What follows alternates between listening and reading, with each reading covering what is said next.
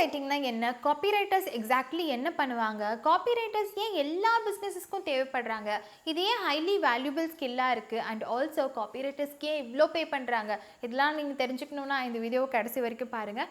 அப்படி இல்லை நான் ஒரு ஸ்கில் லேர்ன் பண்ணிக்கணும், அது ஹைலி டிமாண்டிங் அண்ட் ஹைலி பேயிங்காக இருக்கணும் அப்படின்னு நினச்சிங்கன்னா copywriting is the one for you.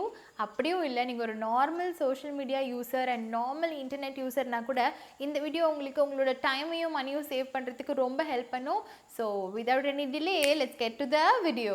Hi, I'm Oviya. Welcome back to my channel. So காப்பி ரைட்டிங்னா என்னென்னு பார்க்குறதுக்கு முன்னாடி copywriting and copyrighting both are different.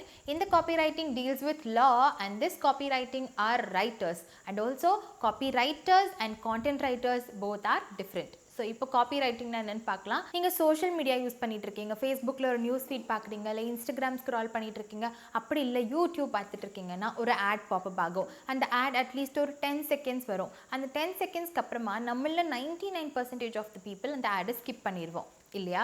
But ஒருவேளை அந்த ஆட் நம்ம தேடிட்டு இருக்கிற ஒரு ப்ராடக்ட்டோ இல்லை நம்ம தேடிட்டு இருக்க ஒரு சர்வீஸாவோ இருந்தாலோ நம்ம வெயிட் பண்ணி அந்த ஆட் என்னதான் சொல்கிறாங்க அப்படின்னு பார்ப்போம்.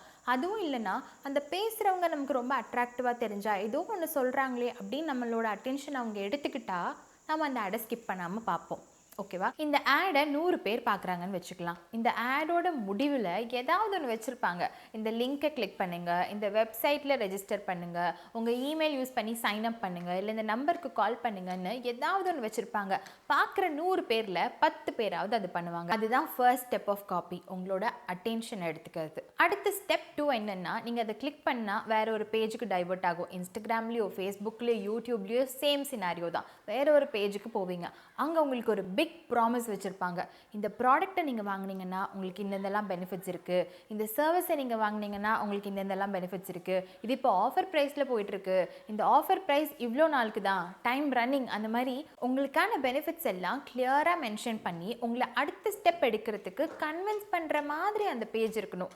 அதுதான் second step of copy. Third step of copy call to action. அப்படின்னா உங்களை அடுத்த ஸ்டெப் எடுக்க வைக்கிறது, அந்த ப்ராடக்டையோ இல்லை சர்வீஸையோ உங்கள் காசை கொடுத்து வாங்க வைக்கிறது.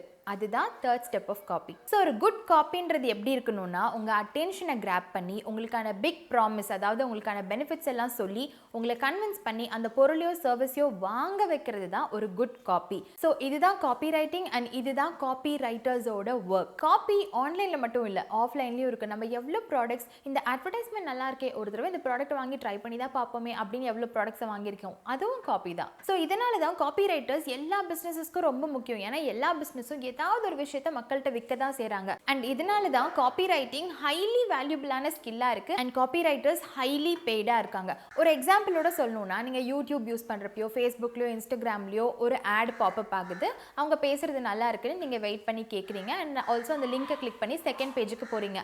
அங்கே எழுதியிருக்கிற விஷயம் உங்களுக்கு ரொம்ப கன்வின்சிங்காக இருந்ததுன்னா யூஸ்வலாக 10 பேர் போனால் ஒருத்தர் வாங்கிட்டு இருக்காங்க. இன்னொரு காப்பி ரைட்டர் நல்லா அந்த பேஜை மாற்றி எழுதுகிறப்போ ஒருத்தங்க வாங்கிட்டு இருந்தவங்க இப்போ 10 பேர் அந்த பேஜுக்கு போனால் 2 பேர் 3 பேர் வாங்குறாங்க. அப்படின்னா பிஸ்னஸஸ்க்கு ப்ராஃபிட் அதிகம். ஸோ நீங்கள் ஒரு குட் காப்பி ரைட்டராக இருக்கீங்க, பிஸ்னஸோட சேல்ஸை உங்களால் இன்க்ரீஸ் பண்ண முடியுது அப்படின்னா பிஸ்னஸ் உங்களுக்கு ஹைலி பே பண்ண ஹெசிடேட் பண்ண மாட்டாங்க. காப்பி ரைட்டிங்கை நீங்கள் ஃபுல் டைமாகவும் பண்ண முடியும், ஃப்ரீலான்சிங்காகவும் பண்ண முடியும். அண்ட் உங்களுக்கு காப்பி ரைட்டர் ஆகணுங்கிற ஐடியா இருக்குன்னா நீங்கள் ஃபாலோ பண்ண வேண்டிய ஒரு யூடியூப் சேனல் Cattoni.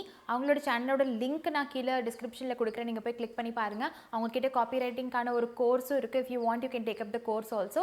அண்ட் இந்த வீடியோ கூட அவங்களோட ஒரு வீடியோ பார்த்து இன்ஸ்பயர் ஆகி நான் பண்ணுற ஒரு வீடியோ தான்.